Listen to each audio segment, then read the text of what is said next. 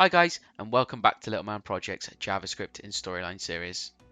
My name is Jamie, and I'm a developer here at Little Man Project, and today we're going to look at exporting data from Storyline into Google Sheets. It will be important to check with your GDPR and data protection policy regarding the collection and storing of information. We would strongly advise against collecting and storing any personal or sensitive data in this way. With that out of the way, let's get to it. Let's start by creating a slide in Storyline 360 that has a text entry for the learner to type in some feedback, and a button which will submit their feedback to Google Sheets.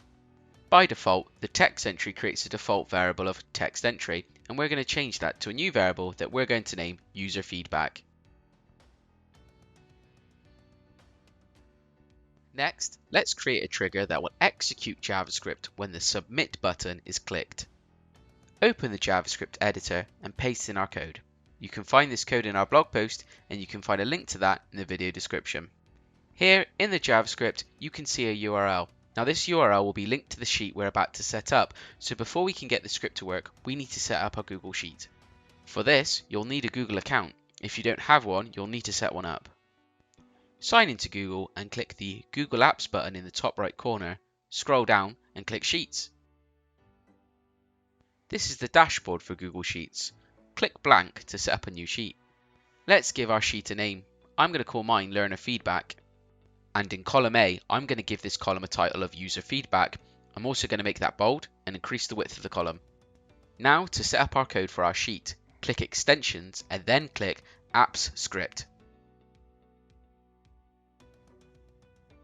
Give the project a name. I'm going to call mine the same as the sheet, which is Learner Feedback. Then I'm going to delete the code on screen and paste in our second block of code here. Again, this code can be found in our blog post, and you can find a link to that in the video description. Next, we need to deploy this as a web application. Click Deploy and then New Deployment. Click on the cog next to Select Type and choose Web App. Give it a description and then set access to anyone. This means anyone can submit data to the sheet. It doesn't give everyone access to the sheet. And then deploy. We need to authorize the app we've just created, so click Authorize Access and then choose your account. It will come up with a warning that you, the developer, may be up to no good. In this case, I know that this is safe, so I'm going to click Advanced and then click Go to Learner Feedback. Then I'm going to click Allow. And now we have the URL that we needed for our JavaScript code. So copy the web app URL and then go back to Storyline. Open the JavaScript editor again and then paste the URL into the URL in our code. Let's publish and view the project and open our sheet alongside. Type in some feedback in the text box and click Submit. And you can see the information being submitted to the sheet. This is just one example of what Sheets is capable of. Here I have a demonstration of a Likert scale for the learner to submit their thoughts on multiple topics.